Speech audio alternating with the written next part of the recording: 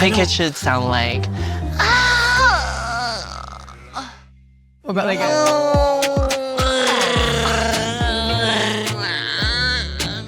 Okay, everyone, I'm calling this episode Nymphia Wind because this was bananas, BANANAS. I'm Anna Rumor with PopCulture. And I'm Nick Valdez from comicbook.com. And this is Social Call, where we unpack our unfiltered opinions about RuPaul's Drag Race because, you know what, kudos mama for us even recapping this episode. It was such a strange one. As we go in on episode 12 of season 16 of RuPaul's Drag Race, the toilet episode, we have a very special guest joining us today, Nick. We've got Ryan Bailey of So Bad It's Good with Ryan Bailey. Thank you so much for joining us with one of the weirder episodes of the season. Body-ody-ody-ody-ody-ody-ody-ody-ody. By the way, this is not the first time toilet and me have been mentioned in the same sentence, so I appreciate it so much. But it was a weird episode, yes. Yeah, we're excited to have you on for this episode. We didn't schedule it this way. I just want everyone to know, all of your fans to know out there. It's nothing to say about you personally, but it was fun. I mean, there was a lot to talk about here. So let's kind of get into it right off the bat. We start off with Q's little bit of a face crack moment. Interesting for her to say, but Sapphira did not deserve the win. I thought that was wild. What did you think about that, Nick? Oh, so we talked about this last week. I wouldn't say deserved. I don't think I'd use Q's language, but I was kind of also shocked that Q didn't win. It really felt like her week. At least that's what the episode felt like. So I have no idea what it felt like in person, but yeah. I kind of agreed with Q, but also at the same time, like, all right, but Sapphira won, so Ryan, Nick is taking a very bold stance. Do you care to counter? Listen, like I said, Shantae away. I think Sapphira deserved that win. I think Sapphira is a force to be reckoned with. I mean, I think this is a winning machine. If anything, I totally.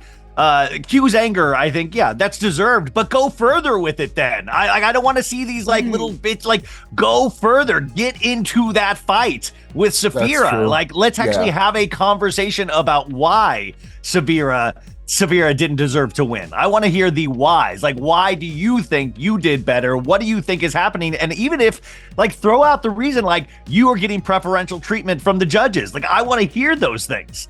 That's so true. I agree. Yeah. I feel like Q can't play nice and mean at the same time. She needs to either go full force or stop being so passive aggressive about it. Because this middling from her, it's starting to like turn me on her, honestly. Yeah, it comes like a sore loser. It's like what they said in the show, a sore loser. Nobody likes a sore loser, especially in a drag queen. Come on, like, it's be fabulous with your loss and like step to Sapphira in the way. Then I think she would earn a lot more respect in that sense. Absolutely. I mean, look at how we've all turned around on Plain Jane. We all thought she was the villain at the beginning, but now we're like, I don't know, I love her and she's my sister. I mean, what an arc. Plain Jane had such an arc this episode, you know? Oh my God. And we'll get into that in just a second because I do feel like she is self-producing her arc in one of the smartest ways that I have ever seen a contestant do it on the show. She is changing the game. This is how my parents see me. Let's get into this mini challenge. We don't have to talk a ton about this if no one wants to, but it's this Tammy Faye inspired t-shirt face smushing challenge. Again, another weird note for this episode. Plain Jane walks out the winner. Did either of you have any thoughts whatsoever on this? No, it was to give Plain Jane a mini challenge win. You know, it was just to be like, let's get used to the idea of her being at the top, her being top two. Let's just get adjusted to it, get us there. And I think that's all it was. It was just completely random to me. Like, they all kind of looked the same in terms of like. Well, I mean, anytime that you can bring up Tammy Faye, I'm down for that. I was very. And, you know, in my weird mind, it just led me down a rabbit hole looking for that t-shirt because I remember that t-shirt. Like, I remember that t-shirt. Like, I ran into Tammy Faye at the mall and I had the makeup smushing there. I collect weird things like that. So I went online. I was like, I got to buy this shirt from like 25 years ago. Oh man, and what a time. Now it's like $5 million on eBay because of all the Drag Race fans. Yeah, I thought it was fun. I'll never turn down seeing the pit crew. But I thought it was kind of, it didn't make any sense, especially when we move into the Maxi Challenge. For art, well, it will move something inside you when you walk into our space. Bathroom Hunties HGTV parody challenge where they all have to create a bathroom while in teams. What did we think of this challenge in general? Because I know we've seen like the nightclub, the hotel beforehand, and those make more sense to me. Going into the bathroom, I was like, I see what we're doing. It's not funny, but also, is it funny? No, I mean, it's interesting to see the creative process on anything that they do, but it is like a weird, like to pair them up too. I thought there was going to be more play in the pairings of them up. And I kind of would have loved to have seen a world like with Q and Saphira, I would have loved to have seen a world in like which we could actually really like, you had that one scene where they started like, throwing paint on each other's construction. But this is a comedy challenge at the end of the day. That's really what it was. And I think that's where they faltered in some of this, the look of all of these, like I got it. I thought it was funny.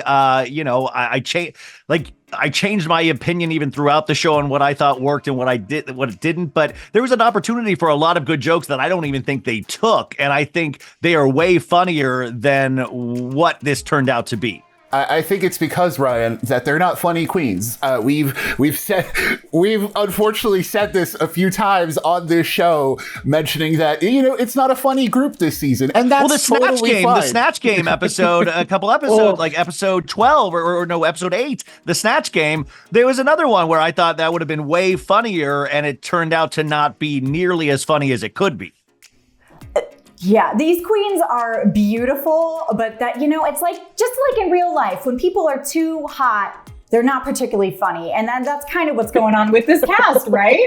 I'm already starting off being mean. We're like 5 minutes into the show. But let's talk about these pairings, how they do together and their bathrooms. Let's start off with Q and Morphine, because Q had some rotten energy going in, and I love Morphine. She's so much fun, and we learned about her IBS journey this episode. By the way, that's where I was like, wow, somebody I can finally relate to and look up to. Goes to the bathroom 5 times a day, she reveals. She is our Princess Di. So brave. So brave. So brave. A princess of the people. I don't know. I think she was really trying to make the best of a bad situation, because you could still tell that Q was pressed about Saphira's win. And I don't know if it translated to a very good partnership here. What did you guys think about them working together in the workroom? Q was really leading that whole thing, and that's totally fine, right? It's totally fine for someone to take a backseat to the design person, right? If I were in Morphine's shoes of like, oh, well, Q knows design, so I would take a backseat. But, the way Q was leading the ship was kind of like, at least in the edit, was like, oh, she's a little prickly. Also, is this a design challenge, really? I mean, I feel like the queens got kind of mixed up on what they were doing. I got mixed up as a viewer. Like, I don't know necessarily because then I didn't realize it was a comedy challenge until they actually started with the judges going around. And that's when I realized, like, oh, you got to be really strong at comedy and improv, which in fact, it's hysterical at the end.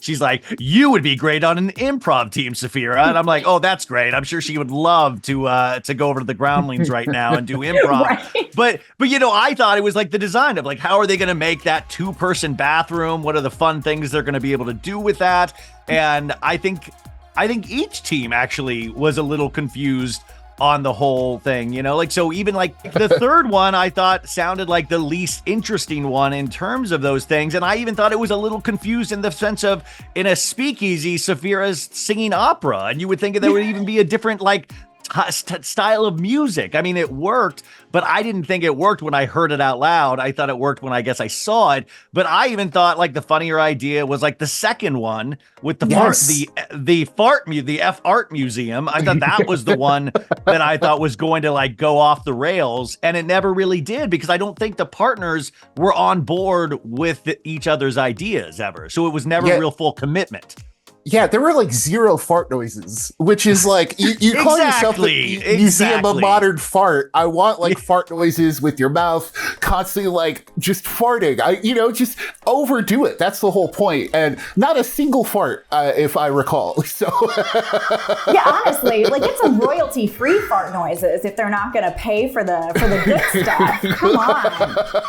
I agree, though. I was kind of confused at how the ideas actually played out. Because again, yeah, the fart museum was easily the best idea. I thought the speakeasy was the worst idea, but how they actually play out was very different. So let's talk about Q and Morphine's hell-themed execution. They both seemed very nervous to me. That's what I'll say. That's it. Like, that's pretty much just it. They had they really didn't know how to play off each other. They also didn't really have anything of their own to say, if that makes any sense. Like, it was just very short and curt with each line. And even when they were trying to be in the moment and playing around, it was a lot of Q and Morphine going, yeah. Yeah. Yeah. It seemed like, and I've done many of these back in my day, like bad improv scenes of your partner is leading with the stronger idea, and it's not even that strong of an idea, and the other person's just like repeating everything that you say. And so you can read that nervousness. And I don't think I don't really associate nervousness with drag queens. I don't really associate searching. I think the process is like this amazing journey that they go through, but in performance, like that, I don't usually strike it. Like they seem like they always know what to say, and usually the right thing to say. And that's what you sometimes watch, is for that kind of perfection. And it just wasn't there. Absolutely. No one wants to watch anyone else be nervous on stage. That's like rule number 1 of performing, is to make the audience comfortable. And me watching Morphine and Q, I was uncomfortable. I did not think they knew what they were doing. Although I do have to say, this was easily the worst one, at least for me. But they did elicit a real laugh from me with the toilet paper being like way up high. I thought that was a funny joke in a field of nothing. Yes. I mean, listen, calling it the naughty potty, and like there's a lot of little like things, but it never really came together in a certain way. And listen, Carson and Michelle doing German accents great to hear them do accent work at any time. But it never really came together, and it didn't seem like, you're right, it just seemed like nerves rather than them having fun with it. And it's the same for Nymphia and Dawn, who have kind of the same situation going on, where they're both, like, Nymphia's trying, but also Nymphia isn't that great of a leader. Nymphia is one who's just like, I will add little flavors here and there. And Dawn last week got a lot of credit for, like, apparently carrying Maya. Here, she can't say that this week. No, not at all. Dawn was just dying to get a word in. But what did you think about, they had like characters, even going back to the first one, like Lucy the Third and Lucy the Thirder, the Bowels of Hell, BOWELS. Please make yourself uncomfortable. They had all of these things. Like when I'm reading the notes, I'm like, okay, they did have all of these things, but in the execution and the filming of it, it just didn't really pop in that way. And I almost wonder if it's that thing as a performer where you're like, oh, we could say this, we could say this, we could say this, but then there's like an undercurrent of like just the real meat of it, if that makes, Yeah. I agree, and it's too many concepts. That's what I thought that Nymphia and Dawn had going for them. They had so many kind of funny ideas, but they weren't going in on any of them. And it got kind of confused, it got kind of wordy, and not to jump ahead, but jumping ahead, because there's only so much to say about each bathroom. Plain Jane and Saphira, I think this is where they excelled, because yes, the speakeasy was the most simple, kind of the most boring idea, but they really honed in on what they were doing and found those funny moments and went deep with them. And that's where I thought they were successful. Well, character-based. Like, they were successful with it being character-based. I mean, Saphira had a character. I mean, like, there was characters, and they played off each other well, so it almost made up for what I thought was, like, a weak concept. Also, am I the only one that actually wants to see them fully building these sets? I don't want to just see them paint it. I want to see them, like, construction. I want to see, like, give me a 3/4 screw. Like, I want to see them really get into it. Honestly, this was the episode of identifying with queens for me, because first, First, we've got Morphine with her IBS, and then we've got Plain Jane saying, I don't like to pick things up. And you know what? Same. Great.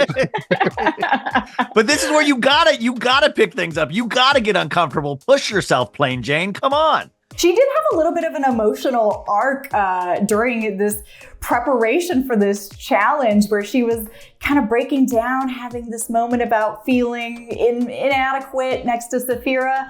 I'm curious where everyone weighs in on the sincerity of that moment. Oh no, it's sincere. That's not the thing. I don't think it was faked. Yeah, I do think because Sapphira is that powerful, as she's demonstrated. I bet in person she's even more that vibe, that motherly vibe, just kind of overtakes you. It makes you feel emotional because she's just so well. She's so well set as a person, as a queen, that when you're with her, even when you're working with her, it's just, you probably feel that, oh man, I feel inadequate. Like I feel it just next to her. I feel inadequate. Looking at her every week, I'm like, I'm just not at that level. I could never be at that level. I totally believed it. I think maybe, Anna, what you're thinking about too is that sometimes when she speaks, it doesn't necessarily come off like real, but I think that's as real as she can get. And by the way, I love the concept of a crisis of confidence with a drag queen. I love that thought of actually somebody going through it. It's as you get closer to $200,000 and a year of makeup that you're like, holy crap, I can't believe I've gone this far, and can I even get further when I'm next to like what I think is a Titan and Sapphira. I think those things are really interesting to actually talk about. And the Sapphira is almost like having to walk her through this, like, no, girl, you are better than this. Write down those thoughts, read it out loud, tear it up, throw it over your shoulder. And even Sapphira admits, like, listen, I don't even know if I really believe that about her, but I just got to get her confidence up because she's my partner, which I loved that dynamic. But I completely bought it. I just think with Plain Jane sometimes just her natural being reads false. I hate to say that. That might be me. No, I think you're right. I mean, everyone has been joking about Kudos Mama for saying that for spilling, and that was a genuine moment. So you're right. It's probably just me looking at her and being like, I don't know how to interpret these feelings. But part of me was like, how smart would this be? If Plain is going, I'm getting closer to the end. I need to have this full character arc. What a time for me where I'm paired with someone we're not going to be in the bottom. So just show a little bit of a soft side, show a crack in the armor, and then we can, take home the win. Spoiler alert. On these kind of like competition reality shows, and Drag Race, of course, is apart from most competition reality shows in so many ways, but there's always that character that they have that the audience roots for, and I don't think necessarily Plain Jane is that, but I do think it shows a lot of the similarities that you see on competition reality shows where the audience then is supposed to like, girl, you've got it. Reach within yourself. Show them the true queen. Show them, and I don't think she necessarily hit that, but it is an interesting arc in terms of a reality show. I love arcs like that. Now, let's move on to this runway, which actually came before the challenge. I forget whenever they do that every once in a while. I'm like, oh, what? Did I miss something? But I thought this was a good runway in general. It was chain reaction, so we had plenty of chain looks, some more successful than the other. Morphine came out first, looking like Joan of Arc if she slayed. I love this look. The only thing I would have changed, I would have had like a metal underwear instead of that kind of gold fabric. That was my only change. Nick, what do you think? Totally agree. Like I loved her Jabari take. I love that she even had like a jeweled lip, which is something that I didn't really notice until they started the lip sync. I mean, spoiler for that, but like I was like, oh, she's got stuff on her lip. Oh, I was really like just impressed by her. When I watch Drag Race, I shop at Old Navy. I have no fashion sense at all. So when I watch this, I don't even it's always like just watching superheroes for me, where I'm like, the X-Men are back. Like, so I really get excited, but I usually don't have a language. So every one of my notes, I'll be like, looks like Beyonce. Like that looks like Beyonce from this period. That looks like, oh, robotic, metallic. Again, that looks like Beyonce. Like those are the things, but I loved the look. I mean, I really did. It stirred something inside of me, but it's like I always don't have the language in which to talk about fashion, which is like what Drag Race is so about. Nick and I joke every week. We're like, look at us here. I'm wearing an old Coca-Cola sweatshirt. Like, what do I have to say to these beautiful, beautiful drag queens? Isn't that funny? We're like giving the harshest opinions and they're like putting everything into their dress completely. Oh my God. Yeah. I put on lipstick and I'm like, wow, I slayed today. Like I have no point of reference for these. RuPaul, I showered. Look at me, RuPaul, I showered. Yeah. Where's my crown? Where's my $200,000? But nevertheless, we will critique, and I will boldly say that I didn't like Q's weird chain up and down look. I thought it was a cool idea, but I wish the chains weren't plastic. And she kind of got lost with it being black on the runway for me. What'd you think, Nick? See, I wasn't thinking chains. I was thinking shoelaces, because the little hoops reminded me of the little like shoelace loops that you put your shoelaces into. I like the red. I was like, red chains. All right. Yeah. Yeah. The color scheme was great, but she got lost in it. I think that was the thing. And Q kind of has that problem where it's Q is on such a level that even when something as high concept as this could look great, you're still looking at some of her previous outfits and going, well, it's not as good as those. And that's kind of the issue with Q. And that's unfortunately what happened here. I look at it, I'm like, yeah, that's good. It's just not as good as some of the other ones she's done. Dawn, I also couldn't reckon with. It looked like she had this outfit and was like, oh, right, chains, and got a bunch of necklaces and kind of strapped them to herself. I was not a fan. Dawn's issue a lot of the times is that she puts on too much. And the one time where I think she could have done too much with this one, she does it. I feel like she was holding back on the chains. If they were just kind of everywhere and kind of messy and kind of like draped even more, kind of covered her face even more, I think the look would have sold better. It's just here, thin as they are, it does look like it was just a gown she had and put chains on, which is totally fine. But, then you look at like the thigh cutouts, which she's done tons of times before. I guess that's her visual style now, looking back. It's just seeing it compared to the rest of the runway. That's all it is when you see everyone else. Yeah. I think Dawn also shot herself in the foot bit with the chains on the face, because I think at the very end when, we have the showdown, I think that really hurt her so much in that you couldn't see the expression like you could with morphine. So that was really a frustrating thing. I was like, what a bad week to do chains on the face when you need your facial expressions in that final showdown. No, well, she especially looks silly whenever Nymphia comes out, because come through Indiana Jones, she comes out with this whip, the knots all over. This was giving me my life. This was the superhero moment for me, Ryan. This was wonderful. I loved everything. It was really, I hate to be gross, but it was hot. She looked hot. It really was. Yeah, she looked super hot. What did you think, Nick? Yeah, I mean, whips and chains excite me, right? Is that what the song is? And absolutely. And S&M Avengers, basically what she looked like. It was perfect, and the chains almost for a second seemed like an afterthought, because that was my first thought. I was like, oh, well, the whip's the main point of draw here. But then you look at what the actual chains were and how well she incorporated it into the look itself. Like the Chinese knots. I mean, it was really, I thought it was beautiful. So genius. I loved it. Totally different take on it. Unfortunately, Plain Jane had pretty much the same take she's had all season. This is unfortunate for her, because this is just kind of her aesthetic all season. And it was a good outfit, but I've seen it so many times on her, but it was less wowing than it might be normally. I don't know. See, that's my thing too, is I completely agree. And I do say this every week is, Plain Jane's coming out in the same silhouette. I say that here too, but I like this one. I like the chrome. Chrome is good.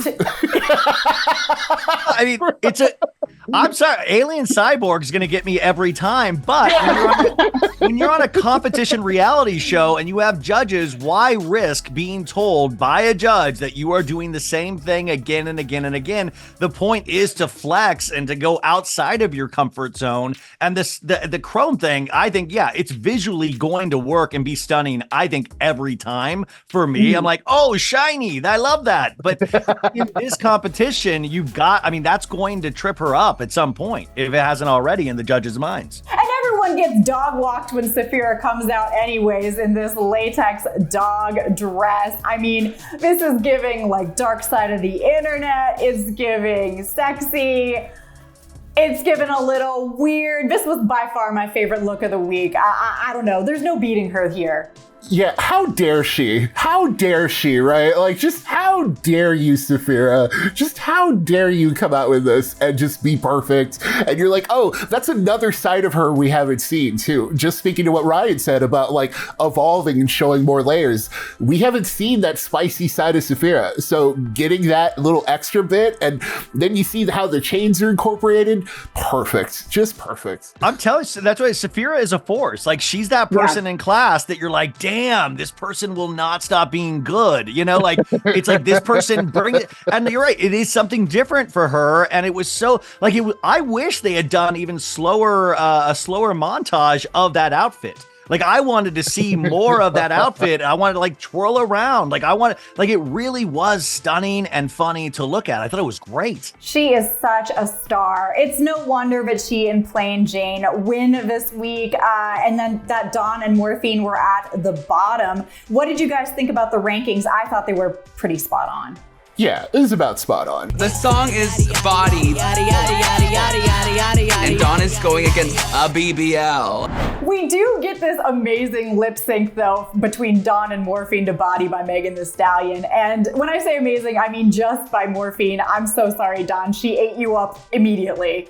I almost called 911 to report a murder because I thought, I was like, this, and he even said it on the show, you're going up against somebody with a BBL. Like, Yeah. and it felt so sad because Dawn, you know, when they did a tight shot of her face, Dawn was like lip syncing, trying to get there. The chains were in her face though. Yeah. And I just felt like you're not going to be able to compete with the flurry, the whirlwind tornado of activity that Morphine was doing. And I don't even mean she was doing too much and was distracting. She was great. She was the better one, hands down. I almost thought at some point Dawn was just going to lay down, like just be like, because I felt like she even knew. She kind of did. Like that little drop to the floor, what read more as a flop than a drop. So, you know, it's just funny in retrospect too. Like Morphine, you know, she absolutely bodied this. When she started pulling the move that Megan Thee Stallion does in the video, that was a wrap. I was like, oh, if there were any doubts, this was it.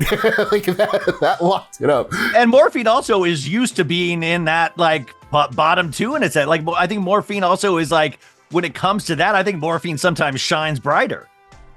I agree. She is absolutely lip sync assassin of the season. So of course she sends Dawn home. I was a little surprised to see Dawn go home before Morphine, but honestly, now that I look back on the performances all season, I don't know where I was getting that. Yeah, Morphine is leading us this season. If you look back on like just the confessionals, we've seen more Morphine than any other queen this season. So like, I don't know if this is miscongeniality edit or something like that. Like, it's just good for Morphine. Like, she is incredible. I can't wait. You know, win or not, she's going to cost a lot of money to book. So just kudos to her. Now next week we've got the makeover challenge. We're making over the dancers, and this is always a little bit of a production nudge nudge as they want to craft their top four. I'm excited to talk about you all with it next week, but Ryan, you won't be here with us, so tell us a little bit about how people I got can support fired. you. Oh, you guys fired me. That's amazing. I guess I won't be here next week. I'd like to report a murder. So yeah.